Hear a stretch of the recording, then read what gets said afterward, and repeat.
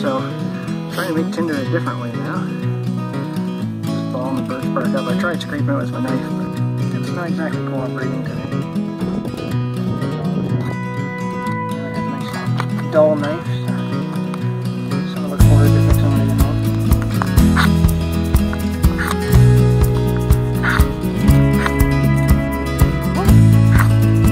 That's cool.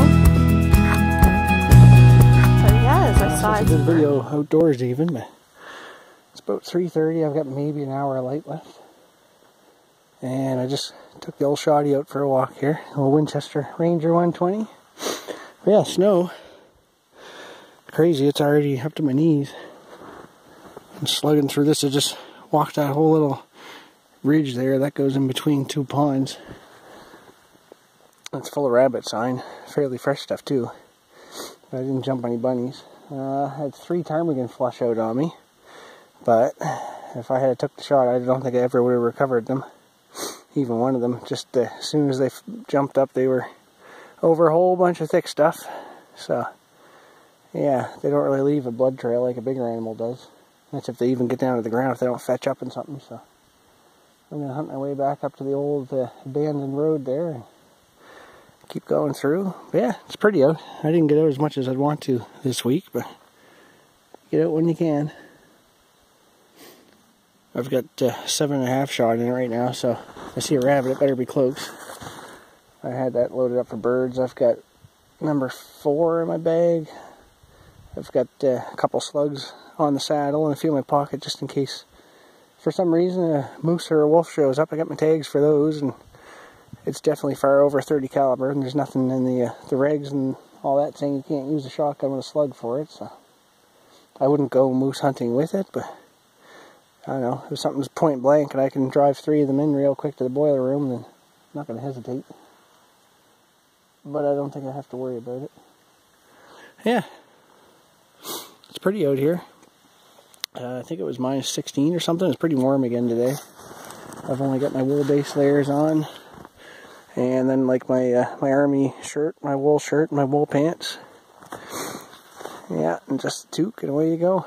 Especially walking through this stuff. This is some deep caca. It's at least up to my knees, so that's probably about 1.5 feet. Yeah. So everybody's saying there's not much snow around. Well, it still drifts, to tell you that. Especially you get to these places where you're open with some cover next to it. It'll slow things down and drop the snow out of it. It blows by. But if anything cool happens, we'll give you an update. If not, then this is probably going to be it for now. Maybe a little surprise at the end. Toodles. We just got back from a little walk, Barbara and I. She's downstairs watching Heartland. And it's not a bad show actually, but I've got bigger things to do, so myself and the Incredible Moke here are stripping and cleaning my Winchester 120. And look at the bolt. She's pretty grimy. This is probably, I don't know, maybe 500 rounds or something through it like that. Since I've had it, I don't know how often it was tore apart and cleaned before that. But I'm also stripping as much lube out of it as I can now because winter is upon us. And things tend to freeze up here quite a bit. And check this out. Well, this cat doesn't mind. So here's the barrel. And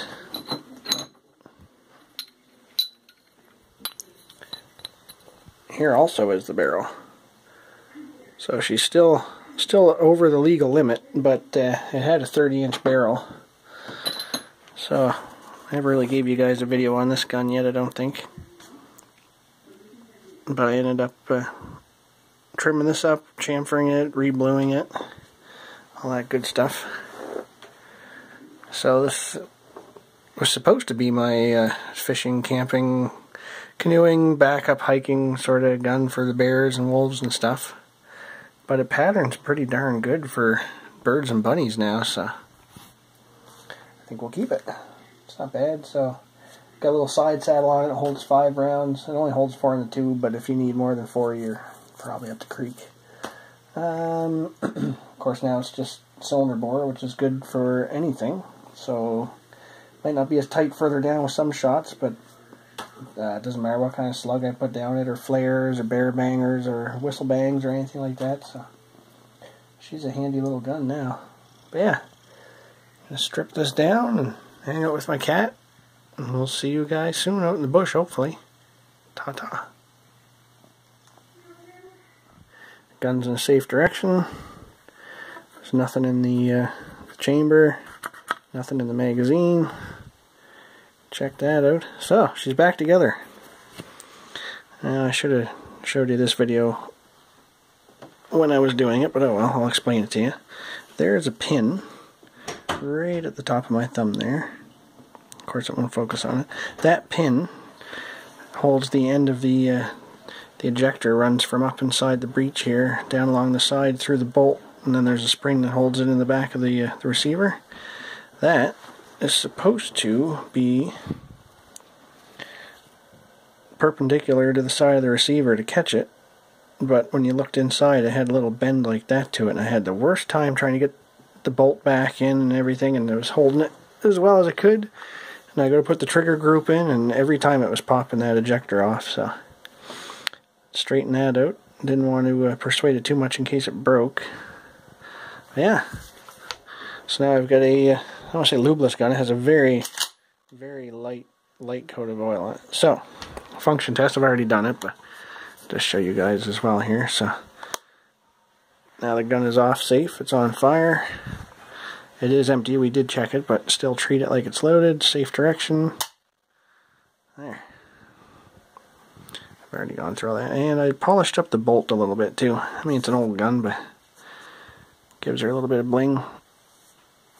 Yeah, she's a sweet little shooter. Hopefully now it won't freeze up on me so bad. I could still shoot it, but man, oh man, you might as well be shooting a single shot for the cycling speed from round to round. Alrighty, see you folks all later.